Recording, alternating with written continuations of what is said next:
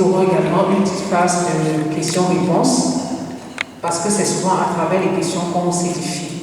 Et ce que je voudrais dire aux gens, il n'y a pas de questions bêtes. Il n'y a pas de questions qui sortent de l'ordinaire. Une question est une question.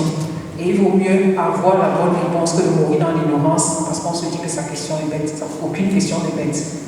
Véritablement, je souhaiterais qu'à la fin de ce topo, de cette présentation, que nous ayons véritablement des échanges. S'il y a des choses que vous cherchez à comprendre, c'est le moment. Ce n'est pas pour rien qu'on organise cette semaine d'édification. C'est une grâce, parce que ce n'est pas parfois dans toutes les communautés qu'on le fait. Mais si dans votre communauté on a pensé à le faire, c'est quelque chose qui est véritablement important parce que ça nous édifie et ça nous évite maintenant de nous retrouver dans des situations qui sont parfois des situations à nous faire partir même de l'église ou des situations à nous faire sortir même du chemin de la foi. Donc je vous remercie pour votre attention. Je vais laisser la parole à M. Luguambo, qui va se donner un petit mot, le temps pour nous d'entrer dans le topo. Un petit peu. Bonsoir à tous. Que le Seigneur vous bénisse.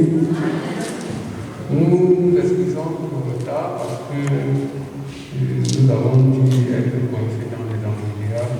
Nous étions amenés à accompagner mon papa de l'hôpital pour l'amener quelque part parce qu'il ne pouvait pas faire le temps de s'activer malade. C'était une contrainte pour nous. Nous vous demandons sincèrement pardon. Nous ne sommes pas accouchés au retard. Les objectifs de cet enseignement. Ce que nous souhaitons, c'est 4 choses que nous souhaitons à la fin de cet enseignement.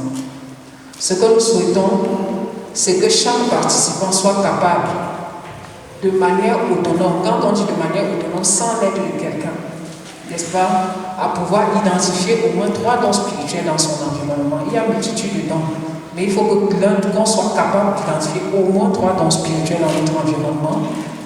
Le deuxième objectif ici, c'est de décrire le mode opérationnel du Saint-Esprit dans la manifestation d'au moins 3 dons, comme nous avons dit. Et là, en troisième objectif, c'est d'appliquer au moins 4 dispositions à prendre pour manifester un don spirituel. Quelles sont les dispositions que nous devons avoir? On aspire tous au don spirituel, on soupire, mais quelles sont les dispositions que nous devons avoir pour pouvoir manifester ce don spirituel-là? Le dernier point, le dernier objectif, c'est d'identifier et s'éloigner d'au moins 3 déviances dans la vie des chrétiens et des communautés sur les manifestations du Saint-Esprit. Je l'ai dit encore dans mon propos introductif. Ça, ce sont les objectifs que nous souhaitons véritablement qu'à la fin de cet enseignement, que ce soit quelque chose qui soit atteint pour chacun de vous. Merci.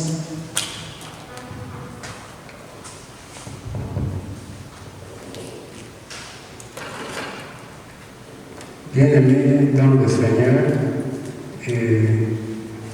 nous nous rendons compte que les dons spirituels sont accordés par le Saint-Esprit.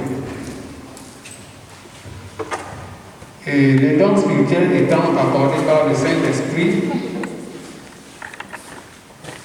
il y a quelque chose que nous devons saisir. C'est comprendre que n'importe qui peut avoir des dons spirituels. N'importe qui peut avoir des dons spirituels, pourvu qu'on ait choisi Jésus-Christ. Et les dons spirituels qu'on manifeste viennent après le choix de Jésus-Christ. Et nous allons donner les dons, dire comment chaque don se manifeste conscient, et donner comment on peut utiliser le don spirituel. Et nous allons aussi beaucoup lire. Et quelqu'un va nous lire 1 Corinthiens 12, 8 à 11. Et puis, 1 Corinthiens 12, 1 à 11. 8 à 11.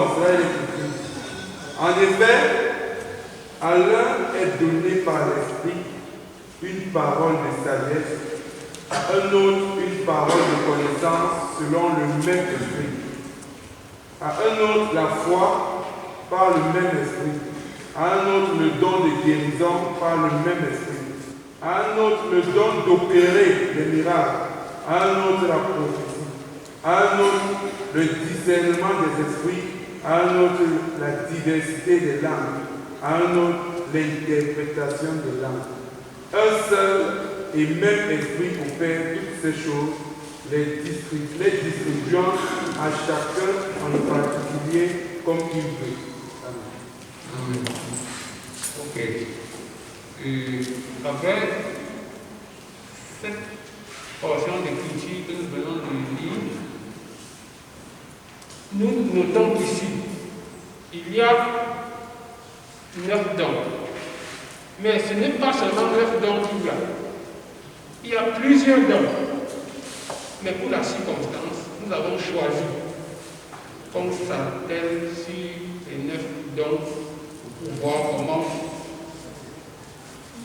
Qu'on s'attelle sur les 9 dons pour voir comment ce don, comment on peut les manifester, comment on peut les gérer. En réalité, il y a plus de 9 dons spirituels. Et les dons sont repartis en catégories, en 3 grandes catégories que nous allons voir. Et nous comprenons aussi que les dons spirituels que nous pouvons manifester sont des dons qui viennent du Saint-Esprit. Et le Saint-Esprit est en nous quand nous avons reçu Jésus. Quand nous acceptons Jésus dans notre vie, le Saint-Esprit vient, il est avec nous. Et en ce moment, si nous menons une vie de sanctification, c'est-à-dire que nous fuyons le péché, nous faisons tout pour plaire à Dieu, au jour le jour, le Saint-Esprit va mouvoir en nous et à la longue, avec l'amour que nous manifestons, le désir de servir Dieu en servant le prochain, le désir de marcher conformément à ce que Dieu veut, en ce moment, Dieu nous donne des dons spirituels. C'est gratuit. Dieu donne gratuitement. Et Dieu peut donner tous les 9, et n'est plus de 9 à une personne. Il peut donner 7 à une autre. Il peut donner, il choisit le nombre qu'il peut donner à quelqu'un. Et chacun peut soupirer à voir tel don ou tel autre. Il suffit simplement que nous puissions nous tourner vers Jésus. Et Dieu ne se repent pas de ses dons quand il les donne, parce qu'il est fidèle. Un don spirituel, c'est une capacité, une aptitude que Dieu nous donne pour pouvoir le servir davantage et pour bien servir. Donc, les 9 dons que nous allons voir ce soir, on dit qu'il y a 3 grandes catégories. Le premier groupe, c'est les dons de révélation. Les dons de révélation. Dans les dons de révélation, il y a la parole de sagesse, il y a la parole de connaissance, il y a également la parole de sagesse et enfin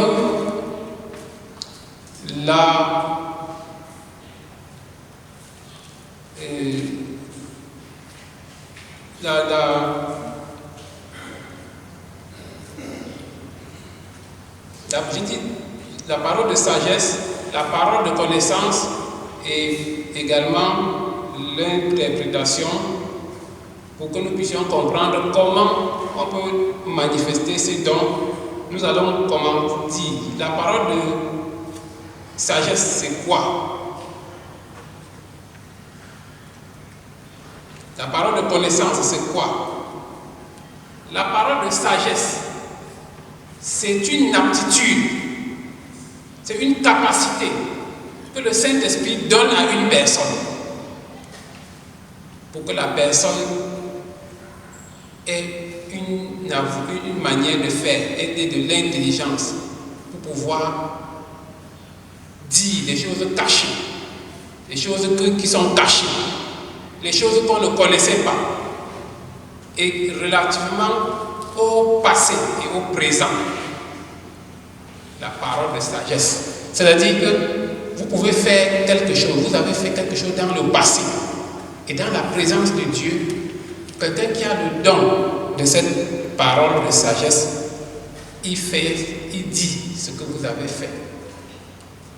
Une personne qui a ce don, il dit ce que vous avez fait. La personne aussi peut montrer des choses que vous avez faites. Donc, le don de sagesse est donc aussi une compétence qui dépasse l'être humain. C'est la découverte du surnaturel dans la pensée de Dieu. C'est le cas de Anania et Saphira. La parole de sagesse. Vous pouvez faire quelque chose et Dieu vous met à nu. C'est pour ça que la Bible dit que rien n'est caché devant le Seigneur. C'est la sagesse que Dieu donne. Et l'apôtre Paul peut dire que la sagesse surnaturelle, la sagesse permet que le don spirituel que nous avons soit au service des autres. La sagesse de Dieu, dans la Bible, nous dit ceci, que la sagesse de Dieu nous donne aussi de savoir-faire. La sagesse de Dieu, c'est également l'aptitude que Dieu accorde à celui ou celle qui a cette parole de connaissance, quelque chose dans un domaine précis. Elle introduit aussi dans le monde spirituel, dans l'élaboration des plans et des projets de Dieu. Et nous pouvons voir dans Jean 5, 19 à 20, Jésus dit que le Père qui montre tout révèle des choses. La parole de sagesse, c'est un don. Devant des situations compliquées, devant des situations embarrassantes, quand on se tourne vers Dieu, il donne des orientations. Et c'est l'exemple du roi Salomon. Vous vous souvenez de cette histoire où le roi devait trancher à qui appartenait l'enfant vivant, parce que l'enfant d'une personne est morte, elle a déclaré que l'enfant vivant était son enfant. Donc, véritablement, c'est le Seigneur qui a donné cette sagesse-là pour que Salomon prenne une décision. Il dit que bon, ok, amenez l'enfant ici. On va l'égorger. Et la femme qui n'avait pas d'enfant, la femme dont l'enfant n'était pas le sien, elle a dit oui, qu'on le partage. Et l'enfant et la femme de qui appartenait l'enfant, à qui appartenait l'enfant, a seulement dit non, il vaut mieux qu'on laisse l'enfant vivant, qu'on laisse à cette femme-là. Et le roi dit que cet enfant, c'est l'enfant de cette dame-ci. Cela, c'est la parole de sagesse. C'est une inspiration du Saint-Esprit qui lui permet de trancher, qui oriente la parole de connaissance. La parole de connaissance. Et Dieu peut accorder à chacun de nous. Il suffit simplement que nous puissions dire, Seigneur, là où je suis, ce don m'intéresse. J'ai envie de te servir. Accorde-moi ce don. Et Dieu va le faire. Et c'est la raison pour laquelle nous comprenons que Dieu ne donne pas un don pour qu'on le garde au tiroir. Un don, c'est pour servir. Et quand j'ai des dons, Et quand j'ai des dons spirituels, mes dons spirituels, les dons spirituels que Dieu m'a accordés ne m'appartiennent pas. On se comprend? Tous les dons spirituels que Dieu a donnés à Luc Wambo vous appartiennent. Luc Wambo n'a rien. Tous les dons spirituels que vous avez, chacun de vous appartient à Luc Wambo. Parce que vous devez me servir Dieu et prendre soin de moi en tant que frère, en tant que chrétien, en tant qu'être humain. Et je dois prendre soin de vous en tant que frère, sœur, être humain, chrétien. Et c'est l'occasion pour nous, pour qu'on sache que quand vous avez un don, ne vous vantez pas que j'ai mon don, j'ai fait ceci. Donc la parole de sagesse, c'est donc cette aptitude-là de pouvoir, dans des situations compliquées, recevoir l'inspiration de Dieu pour que la situation soit débloquée. Peut-être qu'ils seront arrivés, vous dites que mais je ne sais même pas comment j'avais eu l'idée là. Quand vous avez prié, quand vous avez fait confiance à Dieu, il peut vous donner, il vous donne de manifester ce don. Mais quand on dit le don spirituel, ça dit qu'il y a des personnes qui manifestent permanemment ce don spirituel. Et vous pouvez être de ceux-là, si vous le désirez fortement. La parole de connaissance. Je voudrais que quelqu'un nous lise Éphésiens 1, 17, s'il vous plaît. Éphésiens 1, 17. S'il vous plaît, ayez votre Bible à côté de vous. Nous allons lire beaucoup de textes parce que nous sommes l'église évangélique, c'est-à-dire qui s'appuie sur l'évangile, sur les Écritures. Afin que le Dieu de notre Seigneur Jésus-Christ, le Père de gloire, donne un esprit de sagesse et de révélation dans sa connaissance. Donc, il donne la sagesse dans sa connaissance. Il donne la sagesse dans la connaissance. La parole de connaissance, c'est donc cette aptitude, ce surnaturel que Dieu nous donne pour qu'on soit au courant, pour qu'on révèle, pour nous révéler à nous, pour nous faire révéler des choses cachées du passé ou du présent. C'est aussi l'exemple de Jésus. Quand Jésus arrive et pose avec la femme samaritaine, Jésus dit, mais celui avec qui tu vis n'est pas ton mari. Et c'était vrai. Jésus n'a pas demandé que allez vérifier la vie de la femme là et venez me rendre compte. C'est la parole qui permet de dire cela. C'est cette parole, la parole de connaissance. Bien-aimés dans le Seigneur, voulez-vous la parole de connaissance? Dites Seigneur, je veux la parole de connaissance. Je veux la parole de connaissance. Remplis-moi de ce don. Remplis-moi de ce don.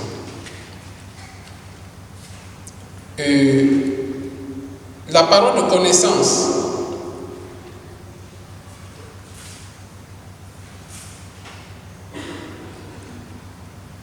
Je veux que quelqu'un nous lise le diapositive au tableau sur la projection. Un volontaire qui se lève et dit à votre voix pour nous. Fils de Kis fut désigné. On le chercha, mais on ne trouva point. On ne le trouva point. On consulta de nouveau l'Éternel. Y a-t-il encore un homme qui soit venu ici? Et l'Éternel dit, voici, il est caché vers les bagages. On courut le tirer de là, et il se présenta au milieu du peuple. Il les dépassait tous de la tête. Samuel dit à tout le peuple, voyez-vous, c'est lui que l'Éternel a choisi. Il n'y a personne dans tout le peuple qui soit semblable à lui. Merci maman, on peut arrêter là. Voyez, il était caché, personne ne pouvait savoir. Mais le Samuel qui dit là où il est, c'est parce qu'il a la parole de connaissance. Ce don. Et c'est pour cela que vous pouvez arriver quelque part et vous vous rendez compte que les choses cachées, Dieu vous révèle. Et je me rappelle un jour où nous sommes allés pour prier pour un monsieur dans une famille. Lui, il était allé prendre des choses compliquées pour avoir de l'argent. Et on nous a conduits dans cette pharmacie-là. Ce monsieur était un pharmacien à l'époque. C'était une pharmacie. Et au moment du rendez-vous, il dit que non, avancez-vous, commencez, j'arrive. Commencez, j'arrive. Et Dieu nous a dit, on a dit à sa femme, mais toi tu insistes aussi que non, allons commencer, il faut qu'il soit là. Il ne peut pas nous inviter, il dit que commencez. Nous ne pouvons pas, nous ne sommes pas d'accord. Et la femme insiste que non, tout ce que mon mari fait, tout ce qu'il sait, je sais tout de lui. Je dis, tu te trompes, madame. Monsieur, est-ce qu'il sait tout de vous? Le monsieur dit, bon, non, commencez. Nous entrons dans la pharmacie avec le monsieur. La dame dit que non, je sais tout, il n'y a rien ici. Tout. Et Dieu nous a révélé que on est allé sur un poteau. Ouvrons, on dit que ça, c'est quoi, madame? Elle était dépassée. On va dans un coin, on dit, c'est quoi ça ici? C'est pas que quelqu'un était venu dire que voici, ils ont caché telle chose, on pratique ici, on pratique là-bas. C'est la révélation des choses cachées que Dieu met à nu et à découvert. Et la Bible dit que rien n'est caché devant Dieu. Il met à nu et à découvert. Et parfois, vous pouvez être en train de faire des choses, vous croyez que personne ne vous voit. Un être humain ne vous voit pas, mais Dieu, l'œil de Dieu est sur vous. Et vous arrivez ici, quelqu'un étale tout ce que vous avez fait à cause de ce don, la parole de connaissance. Voilà, le roi Saül, il était caché et Dieu a fait qu'on voit là où il était. C'est la même chose dans 2 Rois 6 à 12, que nous n'allons pas lire. 2 Rois 6 à 12, c'est une situation embarrassante où Géasi est le serviteur d'Élisée. Naaman le lépreux vient avec sa maladie. Dieu a donné des consignes. Élisée est en train de suivre. Il ne prend pas de don. Il dit à son serviteur que nous ne prendrons rien. Et quand il a fini, il envoie, il fait partie Naaman le lépreux. Et Géasi contourne, il va encore en route rattraper le lépreux Naaman, qui est déjà guéri de sa lèpre, après que le prophète ait prié pour lui. Il dit, non, mon maître a besoin ici des choses, des sacs d'argent, des habits, des choses de ce monde. Et on le lui a donné. C'est comme cela que, quand il rentre, Élisée n'était pas là. Il dit, Géasi, tu sors d'où? Tu étais où? Géasi dit, non, je n'étais pas loin. Il dit que depuis il commence à mentir, il dit que bon, voilà. Quand tu étais avec le monsieur là, est-ce que c'est ce qui était arrangé? Maintenant, il se met à balbutier. Il dit, bon, comme c'est le cas, la lèpre du monsieur là est venue sur toi. Il est devenu lépreux. Le prophète n'était pas là pour courir derrière, c'est parce qu'il avait ce don de parole de connaissance. La parole de connaissance. Dieu a révélé cela à Élisée. Et c'est la même chose que Dieu a révélé à Élisée. Ce qui se passait, je vais donner la référence aussi. 2 Rois 6 à 12. J'ai dit tout à l'heure 2 Rois 5, 26. Pour Élisée, 2 Rois 6 maintenant. C'est-à-dire que c'est un peuple qui est en guerre contre Israël. Et ils tiennent le conseil de guerre pour réfléchir comment mettre des stratégies sur pied pour attaquer Israël. Alors, la parole de connaissance que le prophète a, Élisée se lève, il dit au roi, roi, voilà, montez comme cela. Pendant la bataille, descendez, il donne des consignes parce que ce peuple-là, il a décidé de faire, il donne des orientations claires de ce que les Syriens ont décidé. Au point où le roi syrien dit que mais il y a un traître parmi nous, c'est qui? Il y a qui ici qui va souvent renseigner Israël, et particulièrement Élisée là? Non, renseigner Israël, c'est un membre de son conseil qui dit que, oh roi, là où tu vois là, nous sommes morts. Et il y a un homme redoutable en Israël, il s'appelle Élisée.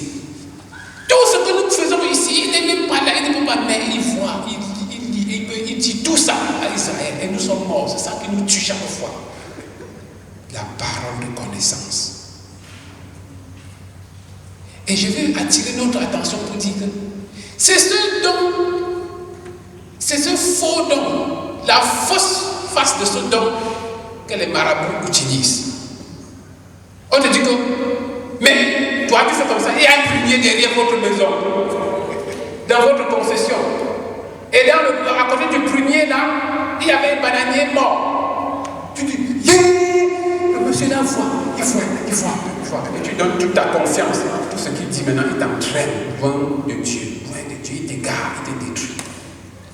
Pourtant, Dieu peut te donner des choses cachées là que tu viens qu'on n'a pas besoin. Et c'est gratuit, sauf si tu lui obéis. Mais quand tu y vas là-bas, est-ce que tu peux sortir de là sans donner au moins 1000 francs ou 500? C'est possible? Mais quand tu dis qu'il y a la colère, tu donnes combien? Parce que nous ne comprenons pas. Voilà les choses profondes. La parole de connaissance.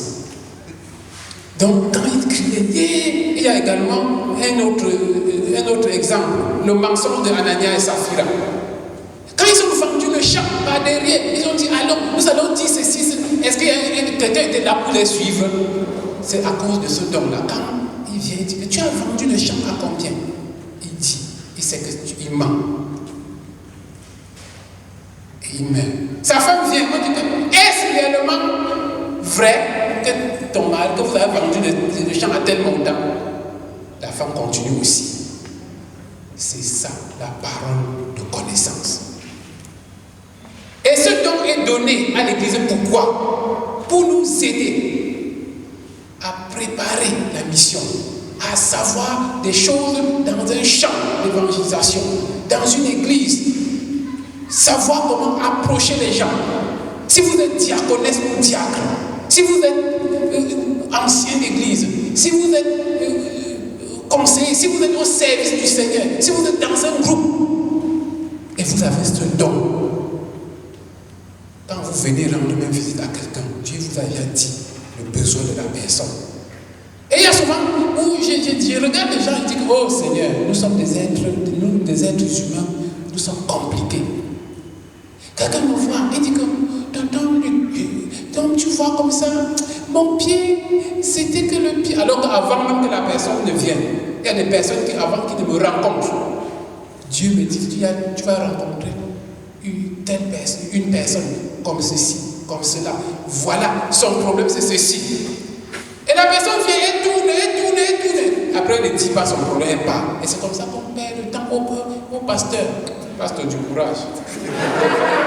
C'est-à-dire qu'on vient, vous voyez que certaines personnes disent que non, le pasteur, on a déjà beaucoup prié pour ça, ça n'a pas changé. C'est que tu n'es jamais venu de manière vraie et de manière sincère pour ouvrir ton cœur devant le Seigneur. Quand tu parles, c'est à Dieu que tu parles et non. Ce n'est pas au pasteur que tu parles. Ce n'est pas à un frère que tu parles, c'est à Dieu. Comment tu peux avoir mal à l'œil? Tu viens, tu montres l'orteil. Est-ce que le traitement de l'orteil va guérir l'œil? Non. Mais voilà un avantage de l'usage de ce don, de la parole de connaissance. Nous, on aurait pu voir, on va s'arrêter à ce niveau par rapport à cet exemple. Donc, il y a également la parole de sagesse. La parole de sagesse. Je vais revenir sur la parole de sagesse. La parole de sagesse, c'est quoi? La parole de sagesse, c'est cette aptitude que Dieu nous donne. Une capacité extraordinaire que le Saint-Esprit donne pour que nous ayons des révélations, même des choses à venir. C'est ce don qui a permis à Joseph de dire qu'il y aura 7 ans d'abondance et 7 ans de famine. C'est pas que quelqu'un est venu lui dire que vraiment voilà comme ça, c'est parce qu'il avait ce don. Et on pouvait prendre des dispositions.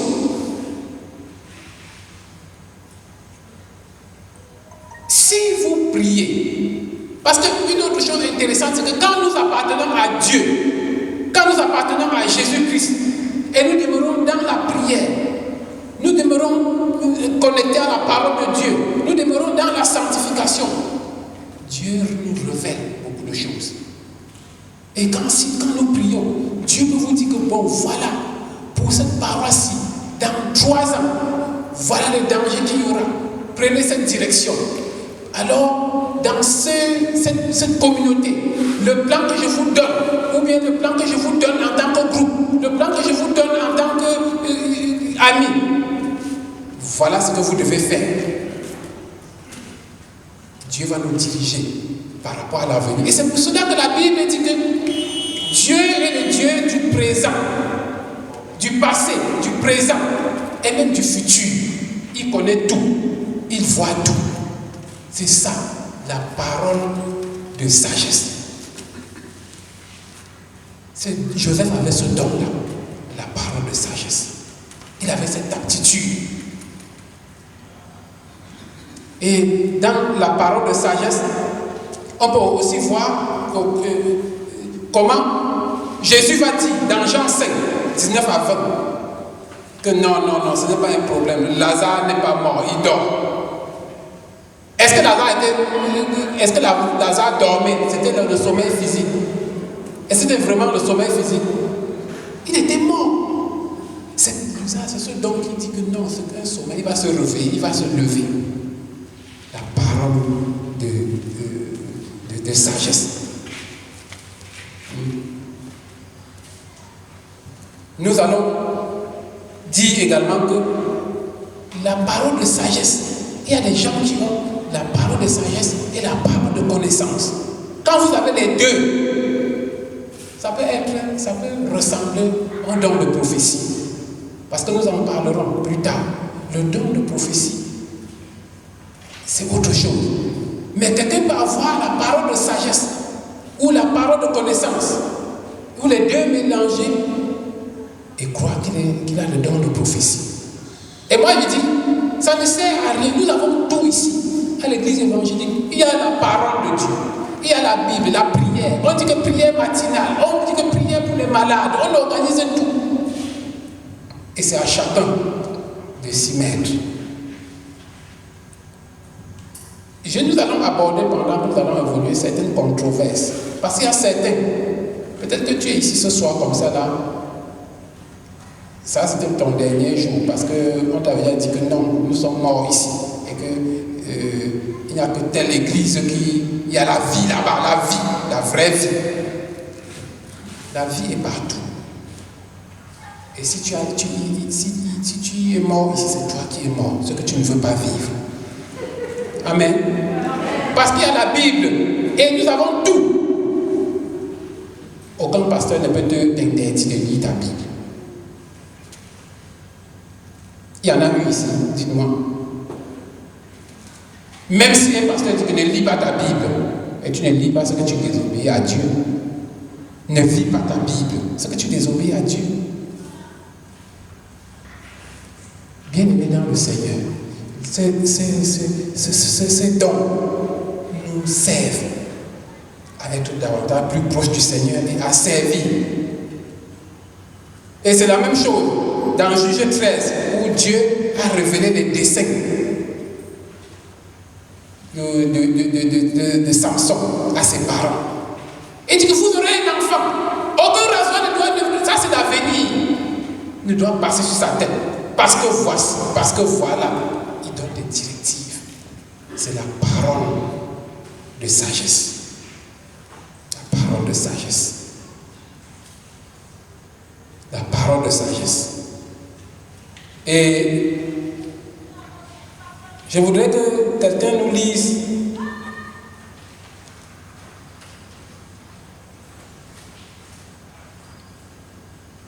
on va lire plus tard, pour avancer. Il y a également 2 Samuel 5, 17 à 25.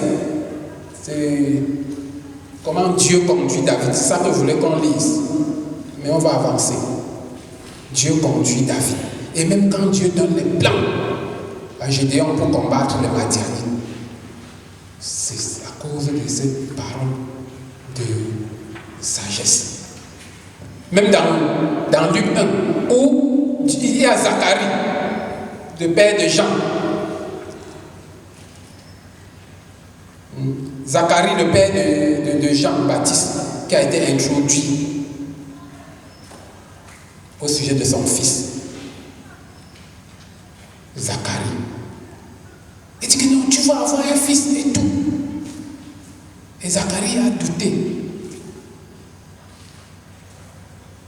Cette aptitude d'avoir des révélations sur des choses futures. Ce n'est pas tout, il y a beaucoup d'exemples. Et tout comme Corneille, et même à qui Dieu donne des directives pour qu'il soit sauvé avec sa famille. Quand on voit les gens, quand vous allez voir Paul, et pendant que vous allez voir Pierre, pendant qu'ils y vont, le prophète, l'apôtre aussi, il reçoit des directives sur ce qu'il va faire. C'est ces dons-là.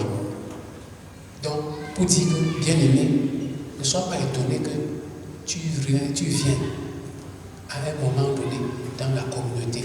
Quelqu'un te dit que voici ce que tu as fait hier. Pourtant, tu étais seul dans ton coin. On ne se cache pas devant Dieu. Que voici la situation que tu as vécue. Et c'est des choses réelles.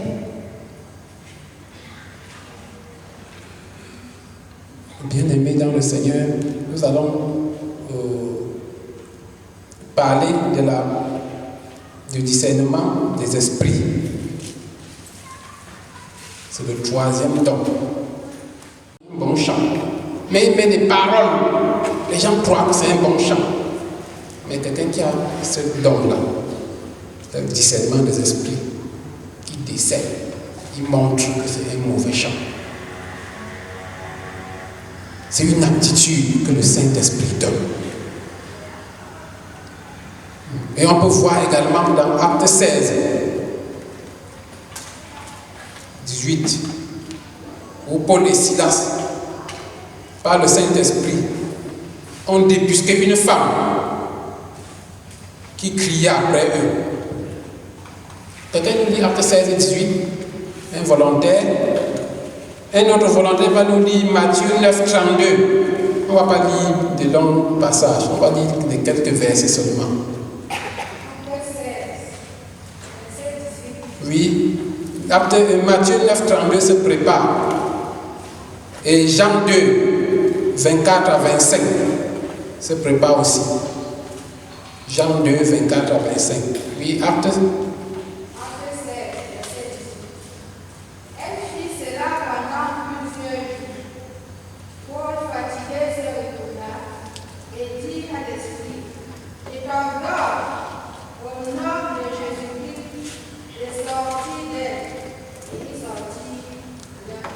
Au nom de Jésus-Christ, je t'ordonne de sortir d'elle. Et sortir. C'est à cause de ce don de discernement des esprits qui a su que non, cette femme-ci, elle ne sert pas Dieu. C'est un agent du diable. C'est un agent du diable.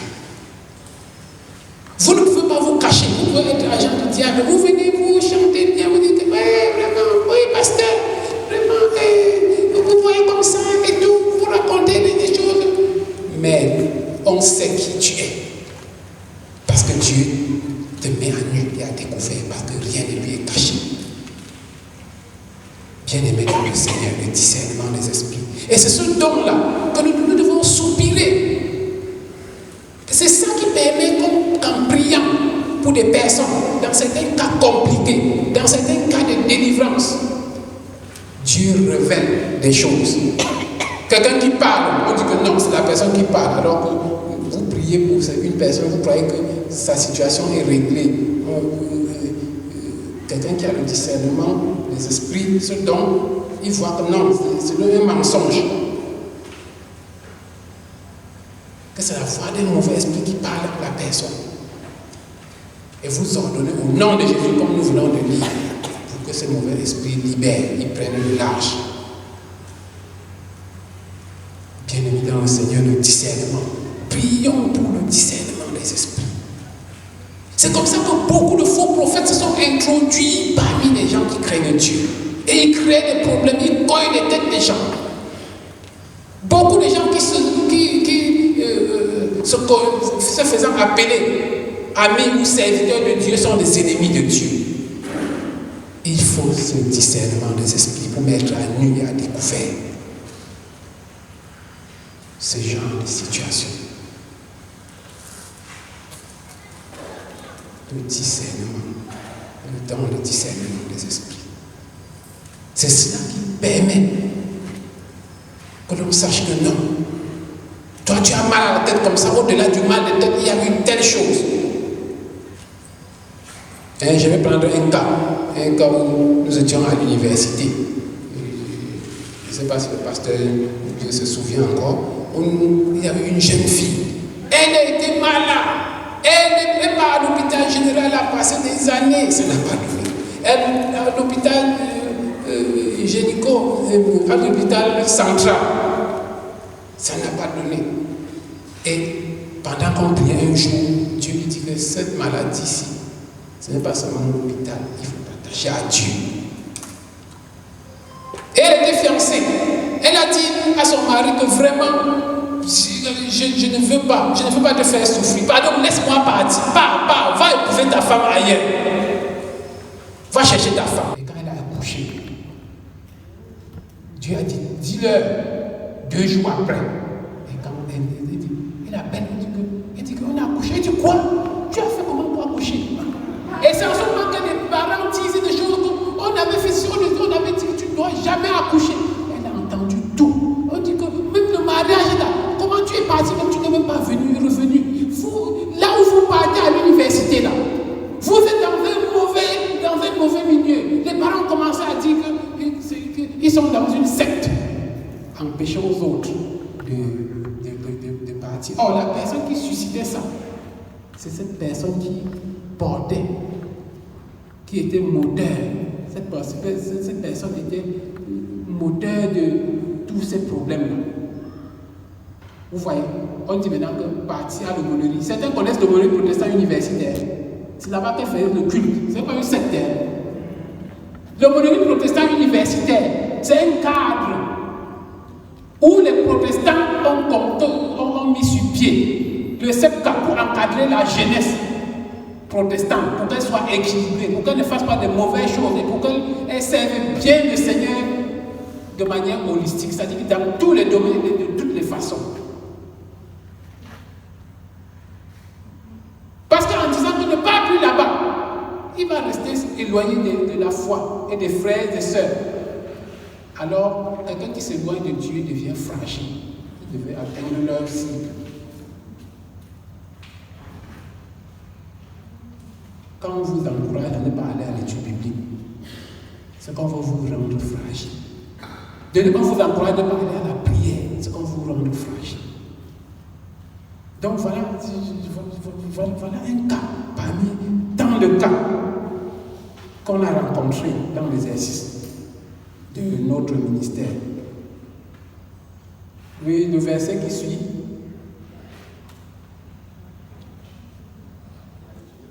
C'était Matthieu 9, 32. Donc, si on ne veut pas lire, on va avancer. Jésus a chassé un démon et le démoniaque a parlé. Vous voyez, Jésus chasse le démoniaque parle. Parce que l'infimité était due aux esprits méchants. Il était infime. Mais il n'y a que Dieu qui, par le discernement des esprits, peut nous montrer que cette chose qui semblait être droite là, elle ne l'est pas véritablement. Le don de discernement des esprits est utilisé aussi pour confondre les faux prophètes. Quelqu'un peut crier, quelqu'un peut dire que non, vraiment je sais Dieu et tout. Et c'est ce don-là qui nous permet de discerner que non, la personne ne craint pas Dieu. Nous devons soupirer à ce don, le discernement des esprits.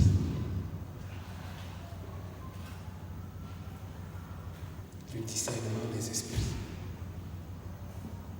Bien-aimés dans le Seigneur, la parole de connaissance et le discernement des esprits sont souvent aussi associés. Parce que Jésus connaît les pensées de nos cœurs. Paul aussi a discerné que Élymas était un faux prophète. Nous pouvons voir ça dans Acte 8, Acte 8, 23. Acte 8, 23. Et Acte 13, 9. Que Élymas, il était un faux prophète. Et Jésus aussi a ce don, le discernement des esprits. C'est pour ça qu'il connaît la pensée et il discerne les origines des pensées des gens.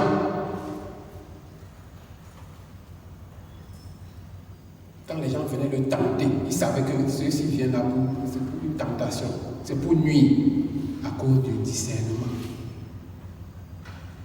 Bien-aimés dans le Seigneur, Acte 8, 20, les mauvaises intentions de Simon le magicien. Si vous lisez Acte 8, 20, là, ça dit que qu'est-ce que Simon le magicien? Il passait le temps, il faisait la magie, les gens venaient lui donner beaucoup d'argent. Et puis, qu'est-ce qui s'est passé? À un moment donné, quand les disciples sont arrivés, il faisait des choses extraordinaires. Quand les gens décidaient de suivre Jésus, il était épaté.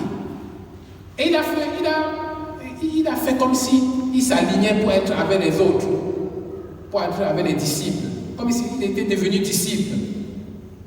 Mais son engagement était faux.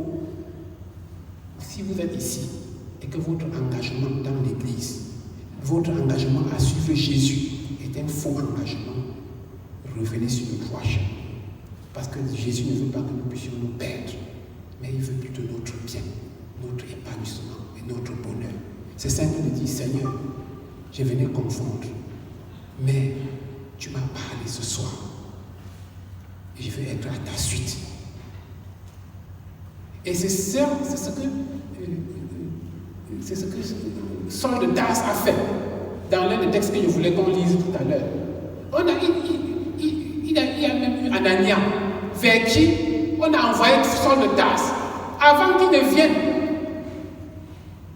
Dieu s'est révélé à Anania pour dire ce qu'il va faire, comment il va faire avec Saul de Tarse. Alors que les gens fuyaient, que non, il tue les chrétiens, il persécute, il a le pouvoir, il est fort. Bien-aimés dans le Seigneur, ce don nous aide. Et nous allons passer à l'autre groupe de dons, les dons de puissance. Les dons de puissance. Dans les dons de puissance, il y a le don de guérison, le don de guérison, le don d'opérer des miracles, le don de guérison, le don d'opérer des miracles, le don de foi. Le don de guérison. Un volontaire peut nous lire les diapos. En fait, même le don de guérison, on peut enseigner sur cela pendant 6 heures, détaillé. Parce qu'il y a la guérison, l'aptitude de guérir, que Dieu révèle comment utiliser les plantes. Il ne s'agit pas de gens, que des gens passent de marabout. Après on dit que tu tournes le dos au soleil. Après on dit que marche, tu ne salues personne. Tu marches, quelqu'un dit que bonjour maman Monica. Tu dis que tu passes seulement. Bonjour maman Monica. Tu cours. On dit que tu ne regardes pas derrière. Après, même ton porte-monnaie tombe. Tu dis que tu rentres par derrière. Parce qu'on a dit que tu regardes pour prendre le porte-monnaie. Après, on dit non, il ne s'agit pas de ça. C'est-à-dire qu'il y a une forme de guérison. Et Dieu donne des aptitudes. Et c'est en ce moment-là, c'est comme un talent. Dieu oriente pour qu'on découvre ce qui est des principes actifs dans des plantes, dans des fleurs, dans des racines, c'est-à-dire que, ou bien des solutions qui sortent des plantes. Il ne s'agit pas de ce genre, de ce don-là qui est aussi dans la guérison. Ce n'est pas de ça que nous allons parler ce soir.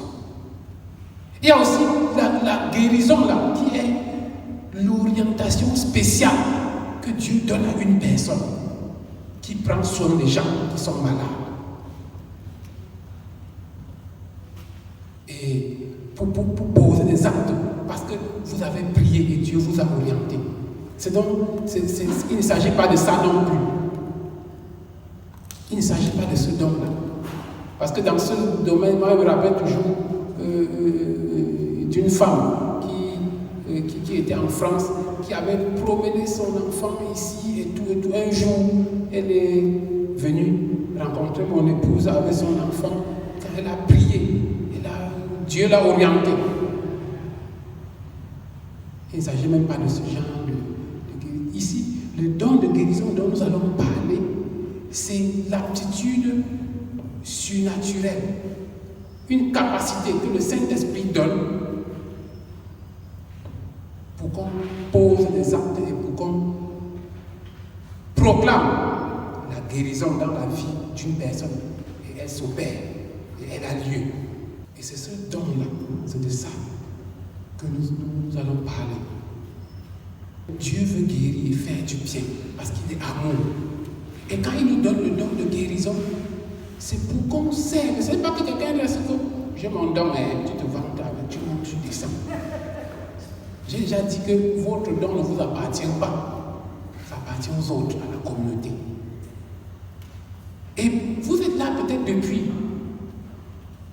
Et que votre pasteur est malade parce que vous ne priez pas pour lui. C'est vous qui avez le don là, que vous avez prié pour lui, quelque chose va se passer. Peut-être que votre frère, le frère ou une sœur est malade.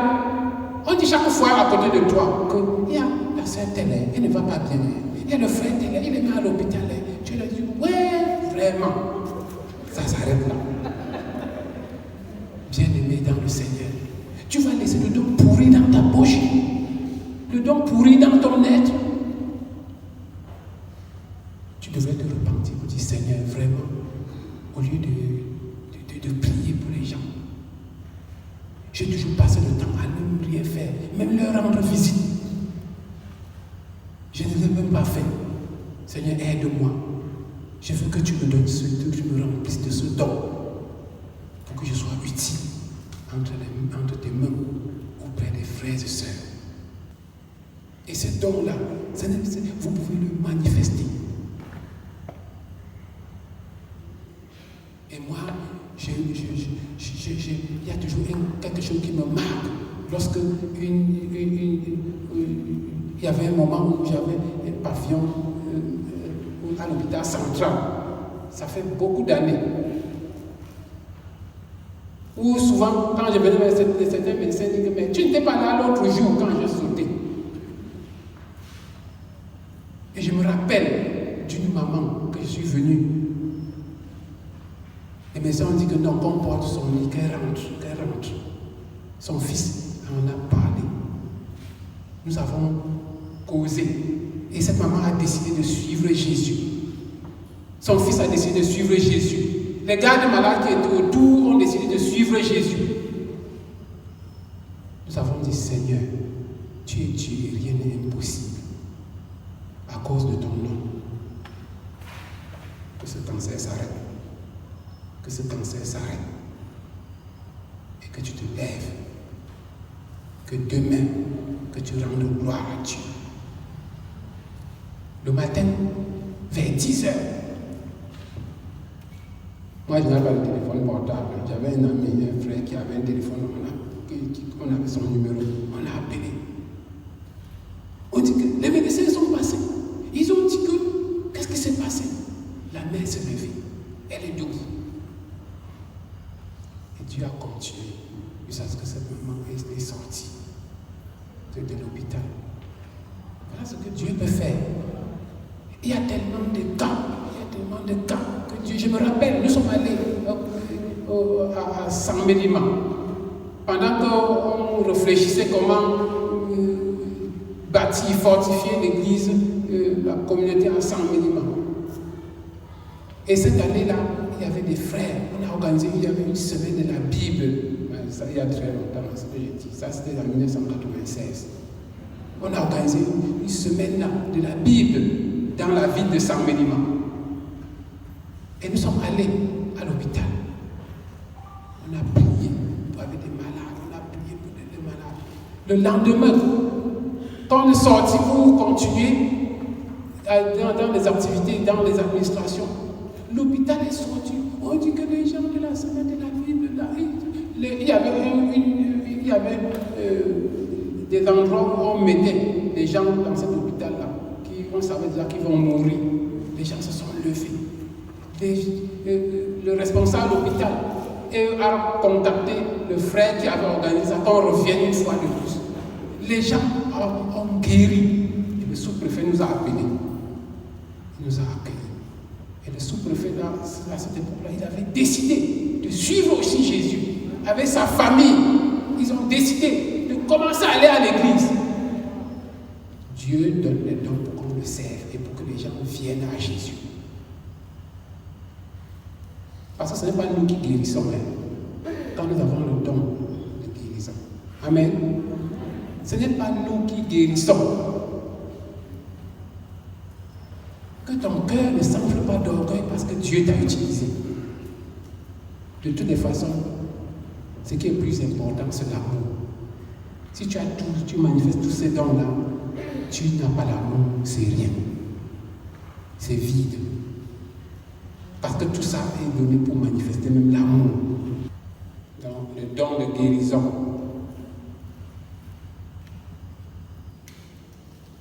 Autre chose, nous allons voir les dons de miracle. Les dons de miracle.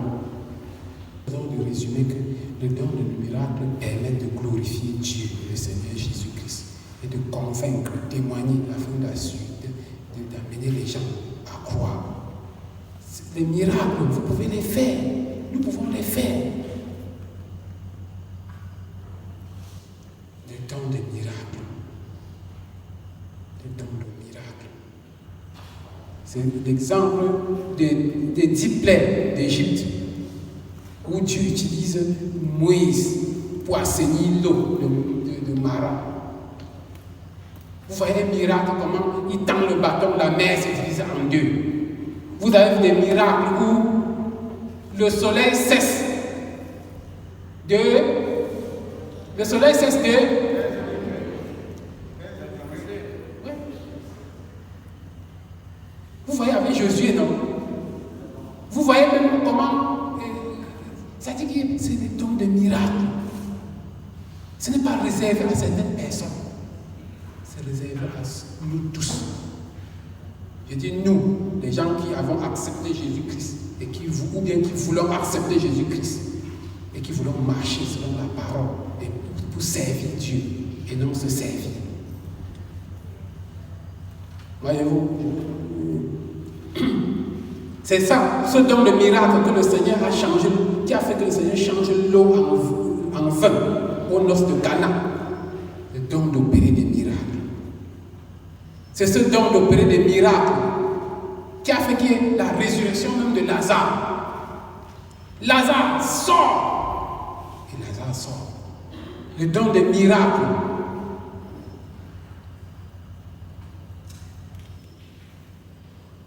Certains disent même que les dons des miracles sont dépassés. Et c'est faux. Le don de miracle, la multiplication des pains, les deux multiplications même de pains. Il y a une multiplication où Jésus nourrit 5000 hommes, 5000 personnes, n'est-ce pas? Une autre multiplication où Jésus nourrit. Donc voilà, ce sont des miracles. Et parfois nous expérimentons ces choses-là et on ne témoigne pas de la bonté et de la grandeur de Dieu. Vous voyez un mariage, il n'y a pas assez à manger, les gens prient. Vous vous rendez compte que vous servez les gens et finalement vous aviez peur, les gens ont tous mangé, il y a même le reste. Parce que Dieu a multiplié, les gens ne voient pas. Et quelqu'un va te dire, oh, est-ce que Dieu pense même à moi? Il m'avait déjà oublié. Vraiment, quand Dieu pense, vous voyez les enfants de Marco, vous voyez les enfants de tel. Vraiment, moi je suis où? Vraiment, est-ce que quand ça voit tout le monde, ça marche, mais quand ça me voit, ça fuit. Non. Le don de miracle aussi, c'est pour toi. Dieu peut faire le miracle dans ta vie. Amen. Dis à ton voisin de gauche et de droite que Dieu fasse un miracle dans ta vie.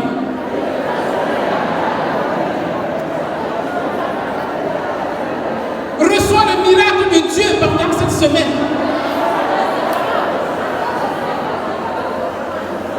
Et Dieu va le faire.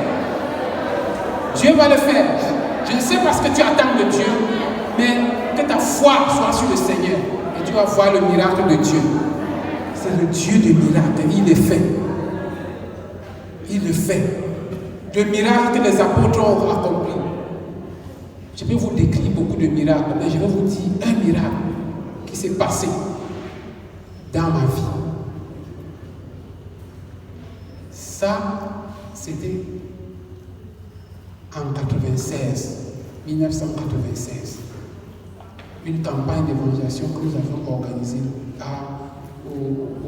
autour du Crada, non loin de l'université.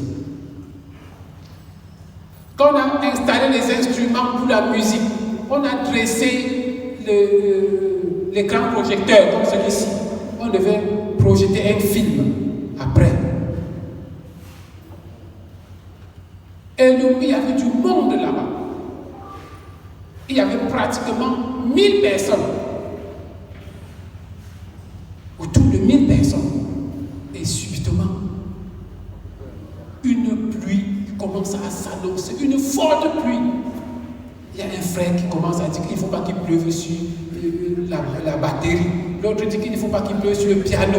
Ils se regardent, ils veulent déconnecter et tout.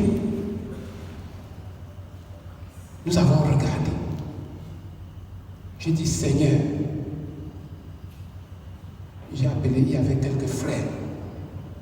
Et parmi lesquels, il y a une sœur qui est toujours de l'église évangélique du Cameroun et qui est gynécologue. Et la femme du médecin-chef de Bethesda. Annie, je l'ai appelé. J'ai appelé un autre frère et une sœur. Nous avons prié.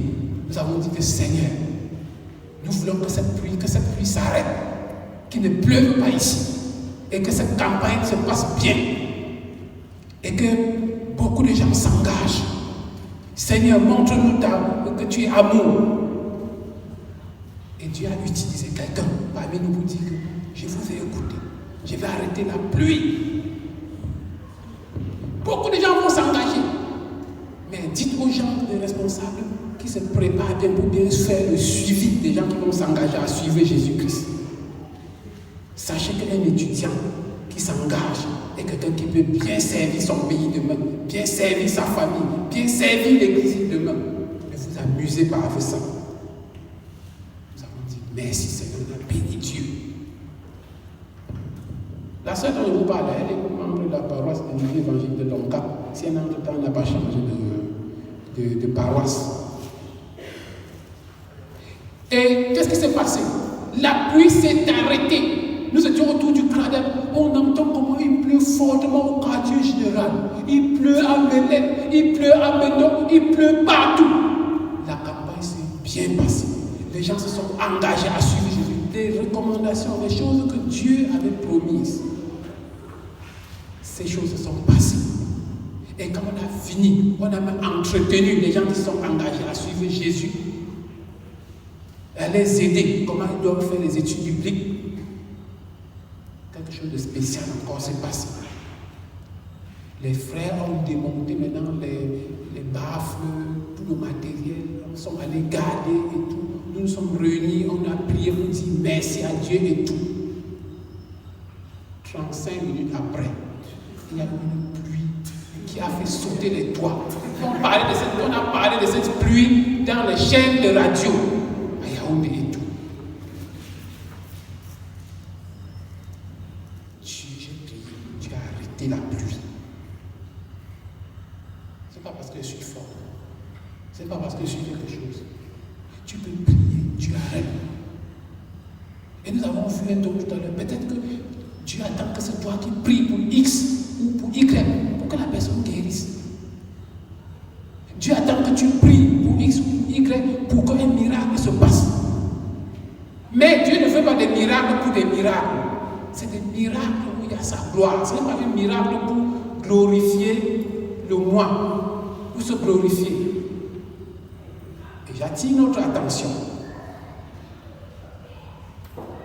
Parce que ma femme et moi, on se demandait comment on peut organiser. Parce que nous avons parlé de controverses. Parce que de l'autre côté, il y a des miracles et des faux miracles que les gens organisent eux-mêmes. On dit que tu es à l'église évangélique, tu fais quoi? Est-ce que là-bas même il y a ceci? Et tous les gens courent, ils fuient pour suivre les miracles. Le vrai miracle, c'est dans le Seigneur. Et que vous sachiez qu'il y a des faux miracles. Il y a des miracles qui sont les fruits des ténèbres. Que vous le sachiez. Je vais vous prendre un cas. C'était autour des années de 2004. Il y a un monsieur qui est allé voir des gens au Nigeria et au Ghana pour faire des pratiques, pour venir, pour qu'il appelle que venez, suivez-moi. Parce que les gens suivaient les hommes au lieu de suivre Jésus-Christ. Les gens les suivent. Alors quand il a dit que les gens le suivent, les gens le suivaient, je dis mais comment? Ils sont aveuglés, qu'est-ce qui se passe? Un jour, il avait un savon avec lequel il faisait des pratiques spirituelles. Il a fait cette pratique-là pour aller laver le cerveau des gens. Parce que quand vous n'êtes pas connecté à Dieu, vous n'êtes pas connecté à la parole de Dieu, on peut vous égarer facilement. Et vous n'êtes pas protégé par le Seigneur parce que vous êtes loin de lui. Ayant oublié son savon avec des choses qu'il a pratiquées, sa femme est entrée et a pris son savon. Maintenant, elle arrive en vie. Elle parle, elle a eu un entretien, pas un mauvais entretien, c'est-à-dire qu'ils ont eu un malentendu. Elle a levé le ton, elle a commencé à gesticuler. Elle balance la main comme ça, les gens tombent. Elle balance comme ça, les gens tombent. Maintenant, on est venu l'arrêter. Il dit que pardon, avant qu'on ne m'amène, vraiment il faut que je dise à mon mari, pardon, je ne veux pas. Il appelle son mari, on lui donne le téléphone. Il appelle son mari, il dit on est comme ça en train de m'amener. On dit que tu as fait quoi? Il dit que je balance comme ça, les gens tombent. Même les gens qui sont venus m'arrêter, je balance comme ça, ils sont tombés et tout.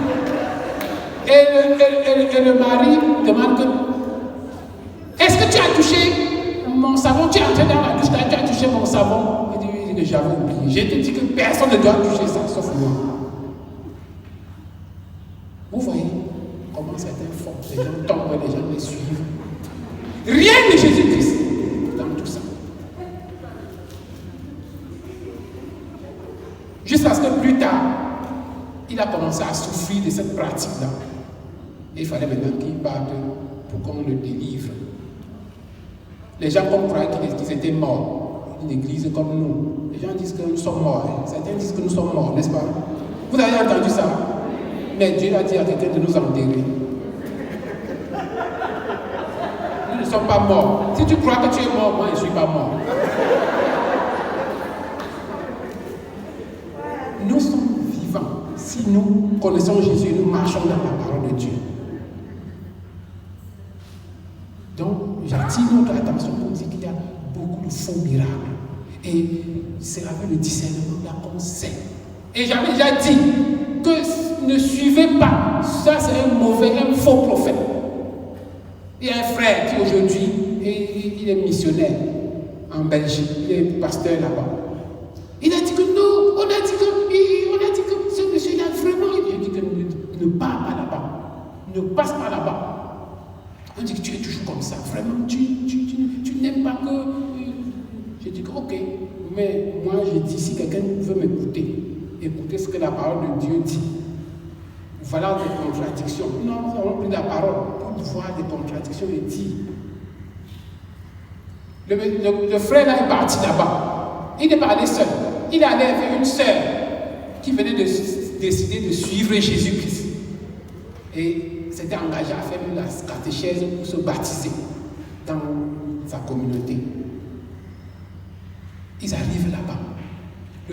La sœur a prié, dit que Seigneur Jésus, c'est toi que je suis venu chercher, mais je ne sais pas où je pars, mais parce que je veux te servir, je veux te connaître. Je ne sais pas où je suis. Protège-moi et tout. Le monsieur là vient, il est dans sa mère et tout, les gens tombent. Il arrive sur la fille là ne tombe pas. La fille là ne tombe pas, il lui dit que tu es incrédule. Le frère qui était allé avec lui, il se tourne maintenant et il passe. Il dit que qui est passé derrière moi, qui a enlevé ma puissance? C'était sa puissance ou la puissance de Jésus-Christ. Je rends grâce à Dieu, ce frère est rentré. Il dit que vraiment ce que tu disais là, Dieu t'a vraiment révélé ça. Nous ne pouvons se dire, il disait maintenant, il avertissait maintenant les chrétiens, plus que moi.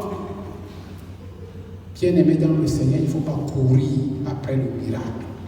Cours après Jésus et tu auras des miracles. Amen. Bien-aimé, je pense que nous pouvons arrêter pour aujourd'hui. S'il y a quelques questions, que nous puissions prier pour continuer les autres dons demain et parler des controverses et voir comment qu'est-ce qu'il faut faire pour manifester les dons spirituels et comment on gère les dons spirituels.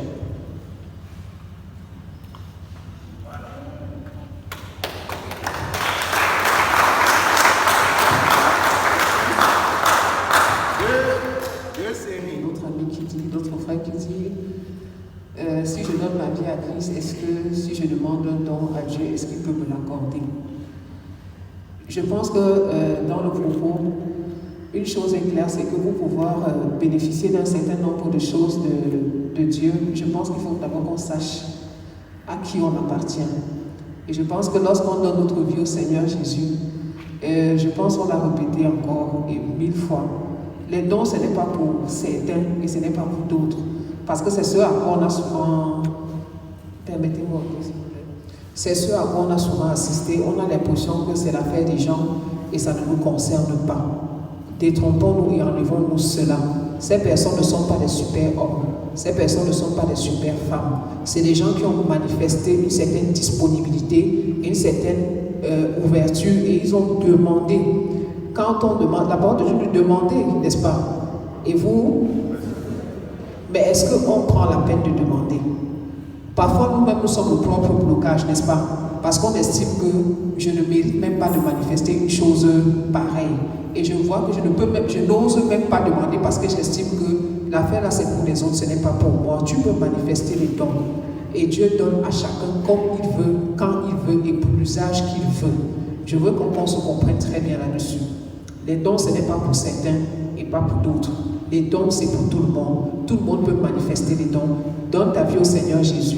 Exprime le désir de pouvoir manifester ce don-là. Et Dieu te donnera selon sa souveraineté. À certains, il va donner un don, à d'autres, il va donner tout.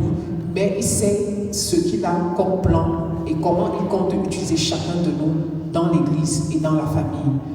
Que nous enlevons, parfois nous-mêmes, on se dit c'est une chose qu'on ne peut même pas, qu'on n'ose même pas demander. On fait ce qu'on appelle de l'autocensure. Oublions ça. Mais aussi qu'on sache que le don que Dieu nous a donné, comme Papa nous l'a dit tout à l'heure, ce n'est pas un don pour qu'on garde dans sa poche et que ça devienne un objet de monnayage. Parce que malheureusement, c'est souvent ça. Ça devient quelque chose que je vends. Le don de Dieu est gratuit. Il t'a donné gratuitement. Tu dois également donner gratuitement. À partir du moment où on a vu des gens à qui Dieu a donné tellement de dons qu'ils pouvaient utiliser véritablement pour la gloire de Dieu, mais qui ont perverti ce don tout simplement parce qu'ils ont commencé à utiliser cela. C'est devenu une source d'orgueil. Parce que j'ai la parole de connaissance, parce que j'ai la parole de sagesse, je me tape la main sur l'église, j'ai le A1 de tout le monde dans cette paroisse. Est-ce que c'est pour ça que Dieu t'a donné ce talent, ce don-là, pardon? Dieu ne t'a pas donné pour ça. Quand il te donne une révélation, il te donne quelque chose sur la vie de quelqu'un, une parole sur la vie de quelqu'un, c'est parce qu'il veut amener cette personne à changer, parce qu'il veut opérer, il veut ramener cette personne dans la maison du Seigneur. Si le don que tu as éloigne les gens de Dieu, pose-toi la question de savoir qu'est-ce que j'ai fait de ce don-là. Donc, ne faisons pas de l'autocensure. Ce n'est pas pour les uns et ce n'est pas pour les autres, c'est pour tout le monde. Que nous puissions avoir les disponibilités, les dispositions de cœur pour cela.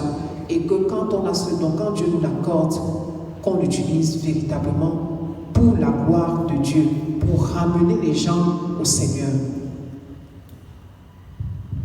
Peut-être qu'il y a aussi, que Dieu a dit donner sa vie au Seigneur. Donner sa vie au Seigneur, c'est très important, c'est le départ. Ça veut dire quoi? Parce que c'est un gros mot qui est pourtant quelque chose de saint. Parce qu'on dit que est-ce que tu as donné ta vie au Seigneur? Est-ce que tu as cru?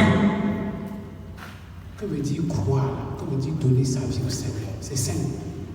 Ce que tu te décides, si tu n'as jamais fait dans ta vie, c'est urgent de le faire. Même si tu es bébé, si tu es jeune homme, si tu es vieillard, même si tu es, quelle que soit ta position sociale, tant que tu ne l'as pas fait, c'est que tu passes à côté de la plaque. Et même si tu sais Dieu, c'est que comme tu es une plaque indicatrice, tu montres que voici le chemin du salut, voici le salut. Mais toi-même, tu n'es pas sauvé. Comment on donne sa vie au Seigneur? C'est que tu t'assois, tu dis que Seigneur, moi si là, mon corps, mon âme, mon esprit, je décide, je suis d'accord que cela t'appartienne désormais et que c'est toi qui me conduises chaque jour et dans tout ce que j'ai fait dans la vie à partir d'aujourd'hui. J'accepte d'être ta propriété. C'est ça, donner sa vie au Seigneur. Est-ce qu'un jour tu as dit ça à Dieu, à Jésus-Christ? Si tu n'as pas dit, si tu n'as pas fait,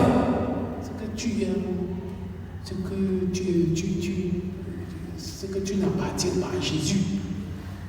Parce qu'on ne naît pas enfant de Dieu, on devient.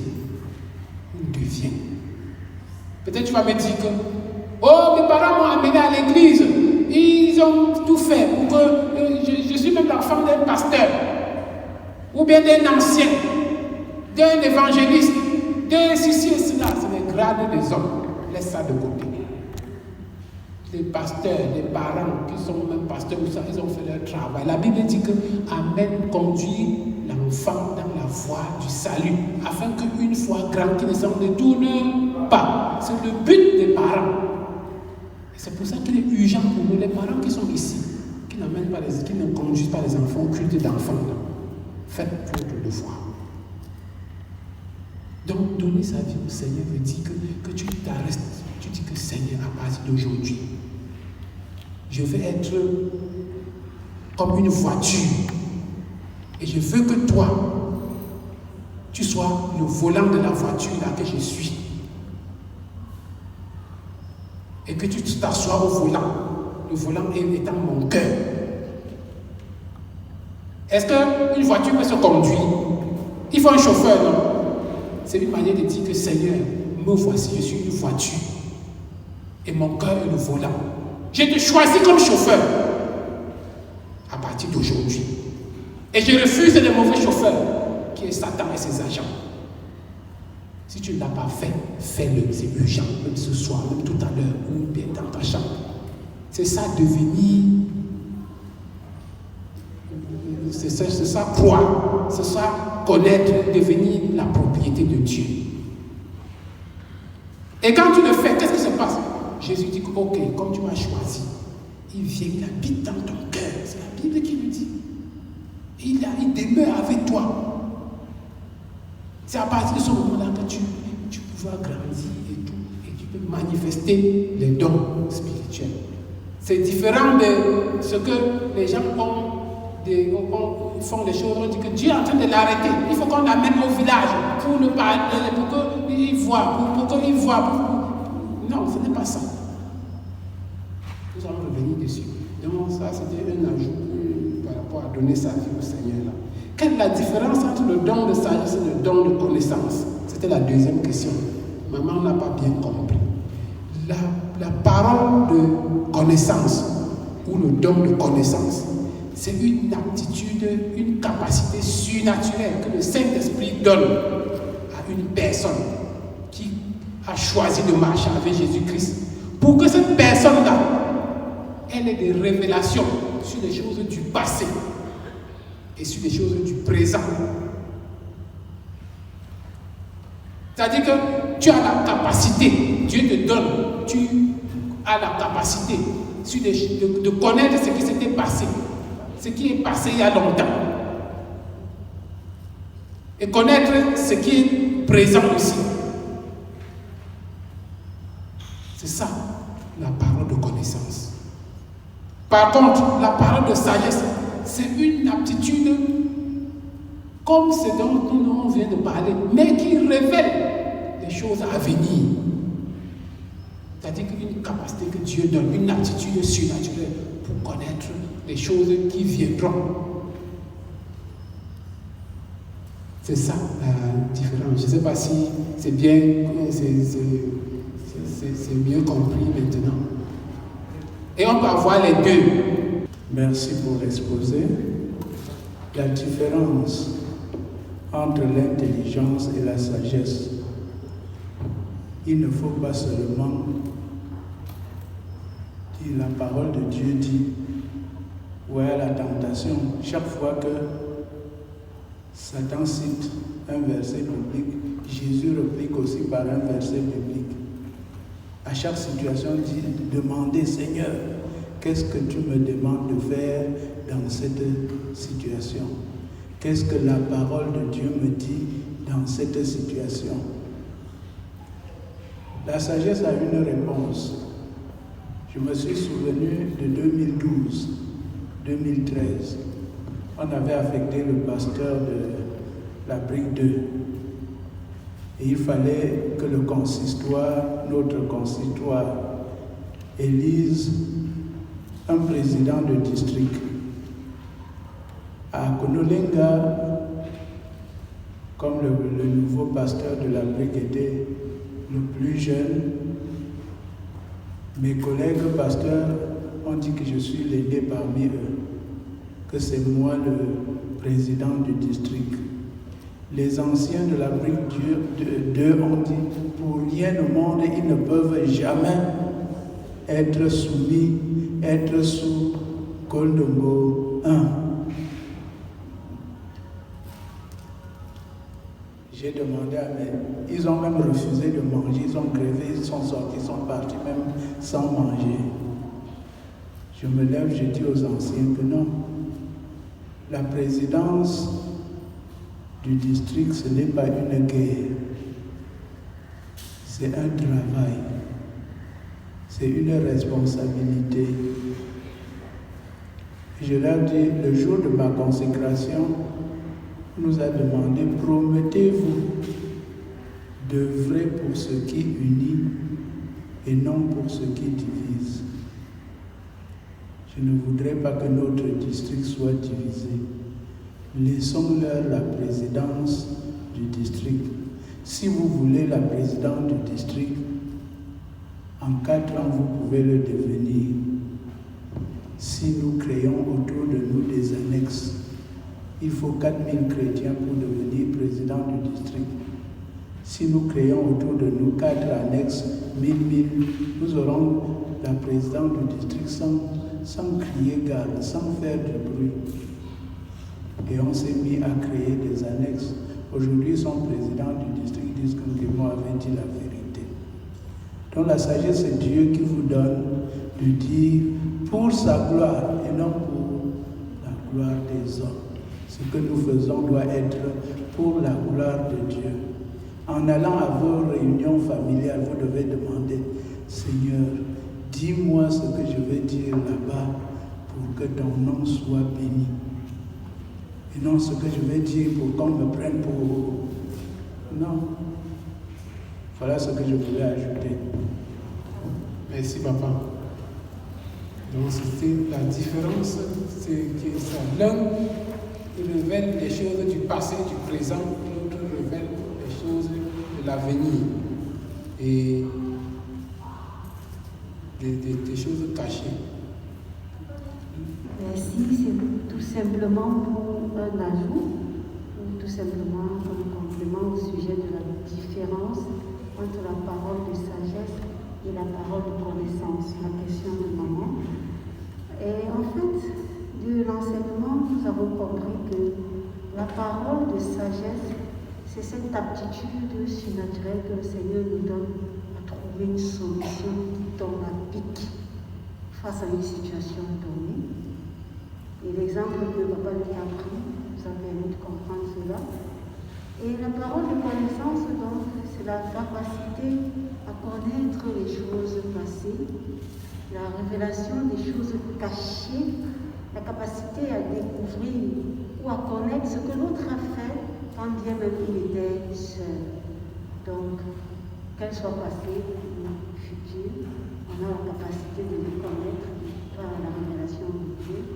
Mais quant à la connaissance, la parole de sagesse, c'est la capacité à trouver des solutions. Révélées par le Seigneur, des solutions qui sont porteuses, qui étaient attendues et qui tombent au moment opportun, qui cadrent à la circonstance dans laquelle on est. Je pense que c'est toujours ce que tu parles de essayer de me dire. Merci beaucoup. La première question, c'était la différence entre le don et le talent. Le don du Saint-Esprit, nous avons bien dit que c'est le Saint-Esprit qui donne. Il donne comme il veut, il donne à qui il veut, il donne le nombre qu'il veut, comme il nous trouve dans les dispositions qui sied, parce qu'il peut nous donner les dons. Par contre, et ces dons, c'est toujours de servir et tout. La différence avec le talent, c'est quoi? C'est une aptitude naturelle que Dieu nous aide à développer pour quelque chose. Une aptitude naturelle que Dieu nous aide à développer et qui peut être utile aux êtres humains, utile pour beaucoup de personnes. Donc, le talent, on peut apprendre le talent. On peut apprendre quelque chose et puis se performer, ça devient un talent acquis. Vous pouvez apprendre la musique, jouer à la guitare, et que ça devient un talent, vous devenez talentueux. Or, un don spirituel, on ne l'apprend pas. Mais j'attire notre attention pour dire qu'il y a des communautés, il y a des endroits où on met les gens dans des chambres ou bien des salles. Que c'est pour les former, pour les initier aux dons spirituels. La fausse monnaie ne sera jamais la vraie monnaie. Donc il y a des gens qui parlent même, ils font les parler en langue, ils font ceci qui ne produit rien. C'est simplement un pur et simple spectacle. Ça n'a pas d'effet spirituel. Parce que la puissance spirituelle ne réside pas dans les bruits. C'est pas quand vous criez pour qu'on vous entende à mon colloque. Démon, sors de ce corps! Que le démon sort. On n'a pas besoin de ça. La puissance spirituelle, ce n'est pas dans le cri là. C'est dans ce qu'on est et la position qu'on a devant le Seigneur. Je dis simplement, au nom de Jésus, sors de ce corps. Quelqu'un peut ne pas passer dehors là. Il ne suit même pas. Il y a effet immédiat. Parce qu'il y a quelque chose qui se fait. Ce n'est pas les bruits. Donc, le Dieu peut vous donner le talent. Vous développez le talent. Et à un moment donné même, Dieu peut choisir de passer par un talent et apporter quelque chose de spécial dans votre vie, parmi les dons là, qui doit être associé au talent. Je prends un exemple de talent. La musique que David jouait, que quand il jouait, Saül se sentait bien, quelque chose se passait. Parce qu'à un moment donné, il joue, Dieu l'utilise dans un don spirituel qu'il a pour manifester son amour et sa présence. Et Saül peut être content. Vous pouvez être un bon musicien, votre but, ce n'est pas d'être rebelle. Parce qu'il y a des gens qui sont, surtout, je ne sais pas, il y a certains musiciens que quand ils commencent à jouer et tout, ou bien à chanter, il faut seulement qu'ils attirent la gloire. Pour eux se mettre devant comme ça, entonner un chant, c'est pour qu'on les voit, ce n'est pas Jésus. C'est que vous avez un problème. Donc, si vous avez un talent pareil, c'est que vous êtes en train de pervertir votre talent. Donc le talent, lorsqu'il est développé et lorsqu'il est confié à Dieu et Dieu nous visite, ça devient quelque chose d'extraordinaire. Vous pouvez même jouer une musique. Les gens sont consolés. Les gens reçoivent la visitation de Dieu.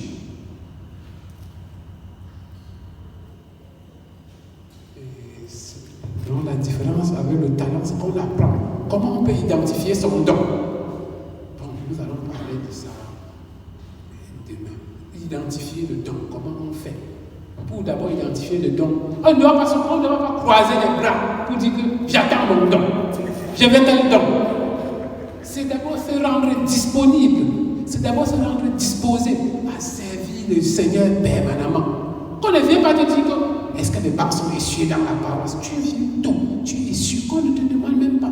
Donc, voir les instruments de musique. Tu n'attends pas qu'on dise que, oh, toi Antoine, tu vas porter le trépied. Et Timothée, tu vas prendre le baffle. Toi, tu dis que, ah, pourquoi chaque jour, c'est toujours moi qu'on choisit de porter le baffle? Alors que moi, je voulais qu'on me mette devant pour que j'entonne et tout.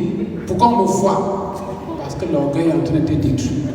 Et si ce sont des pensées comme ça qui montent dans ton cœur, tu dis Seigneur, je me repens, aide-moi et délivre-moi de la destruction.